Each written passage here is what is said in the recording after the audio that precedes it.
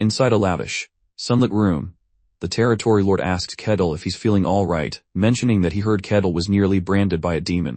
Kettle, sitting casually, replies that there's no real issue and that he honestly doesn't even know what a brand is. The territory lord acknowledges his answer but steers the conversation elsewhere. He states that while they have learned about Kettle, it seems there are other issues he has. Kettle looks down, questioning if the lord means the people. He clarifies, asking if he means the people in the north, and then lets out a soft of realization. The territory lord explains that it's probably because of the rumors. He recounts, explaining how the guards and mercenaries who returned alive were talking loudly. They say that after St. Oz was defeated, everyone except one person had collapsed. When they woke up, they saw Kettle's axe glowing with divinity. Those who witnessed it believed that Oz had lent him her divine power. The Lord finishes by stating that people began calling Kettle the one who fought the demon with Oz. Having heard the full story, Kettle finally understands, remarking, "So that's how it turned out." The territorial lord offered a sincere apology to Kettle. He confessed that by the time he attempted to rectify the narrative, the Aramis rumors had already become too widespread. Unconcerned, Kettle brushed it off, suggesting it was likely the reason people weren't fearful of him. The lord concurred, adding that the populace probably viewed him as the demon opponent. Kettle quietly mulled over his new title. Demon opponent, huh? He thought to himself, a realization dawning on him. So that's reputation. Meanwhile, at the mercenary guild, the receptionist Rosa greeted him with a cheerful congratulations. She informed him that his rank had been elevated to C rank. A stunned Kettle processed the news, realizing he had ascended 3 full ranks at once. Rosa explained that his recent accomplishments were worthy of such a promotion. A satisfied smile graced Kettle's face as he simply responded, "Good." Rosa continued, explaining that his mercenary badge would be reissued. Because it was to be a custom-made badge crafted specifically for him, it might take some time. Intrigued, Kettle thought, "Oh, even the badge will be custom-made for me." Rosa further elaborated that from C rank onwards, such special considerations were standard. Rosa explains that C rank mercenaries are considered real and certified by the guild, so they are treated accordingly. She adds that with his new rank, he's allowed in most locations, and will likely have no issues entering most capitals and churches. Then she quickly corrects herself with a nervous laugh, making an exception for the imperial capital. Kettle notes that the empire sounds quite strict. Rosa's demeanor shifts as she confirms his suspicion. She explains that only those recognized by nobles can enter the empire. Leaning in conspiratorially, she confesses that honestly, no one even knows what's in the imperial capital. All they ever hear are disturbing rumors. She even admits that there's less known about it than the demon realm. Kettle looks troubled by this information, muttering, "That bad? Huh." Rosa clears her throat, moving on from the topic of the empire.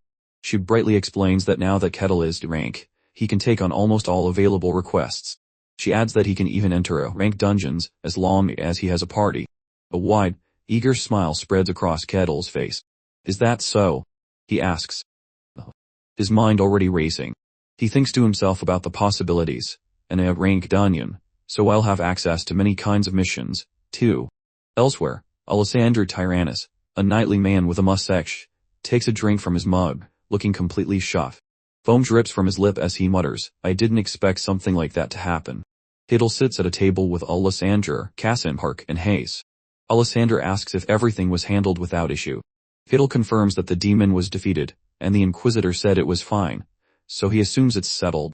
Alessandro expresses his relief, and Kassim praises the sun god's Inquisitor for defeating a demon like that.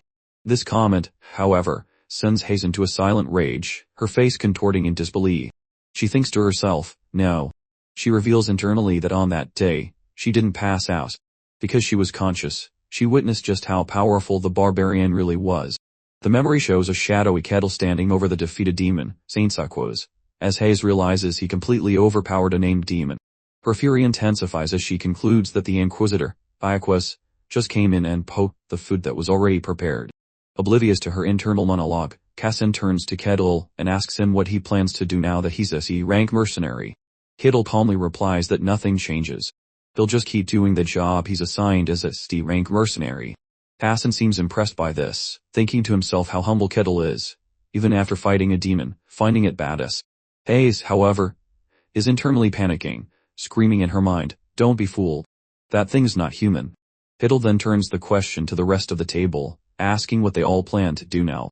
Kassan scratches his head, admitting that since they're just frank, there's not much they can really do yet.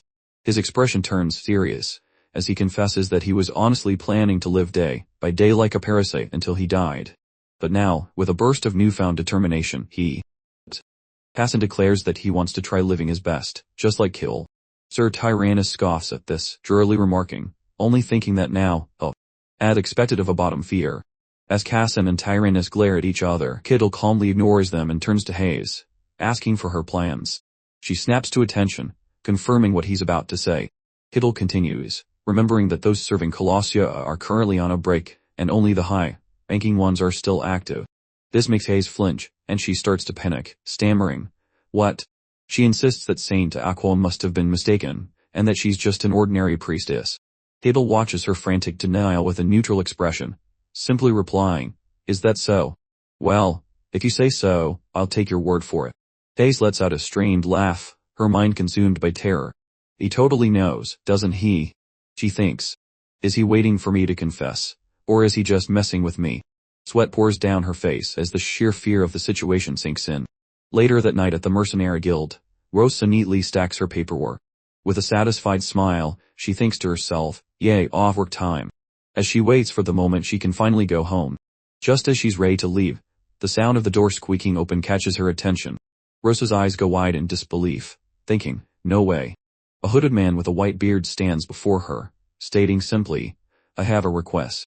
Her heart sinks as she realizes, overtime it is. She lets out a deep sigh and asks, okay, what kind of request? Though her eyes are completely unfocused, betraying her exhaustion. Noticing her lack of attention, the man clears his throat. He explains that he needs an escort mission for 2 people. He clarifies, myself and a young girl. Snapping back to a more professional mindset, Rosa begins typing on her machine. 2 people, and the destination. She asks. The man replies, the kingdom of Danaan. Pausing before adding, its capital. This gives Rosa pause. She thinks about the sheer scale of the request, an escort all the way to the Danaan kingdom from this remote region. Her eyes narrow as she assesses the man. Wearing a robe like that seems like someone who can't reveal their identity, she muses. She notes the contrast between his elegant speech and shabby clothes, concluding that he is very suspicious. Despite her suspicions, Rosa decides to move forward with the request. All right. I'll accept it for now, she states, her expression turning serious and professional as she prepares to formalize the mission. She then looks to the hooded man and asks, then do you have any form of identification?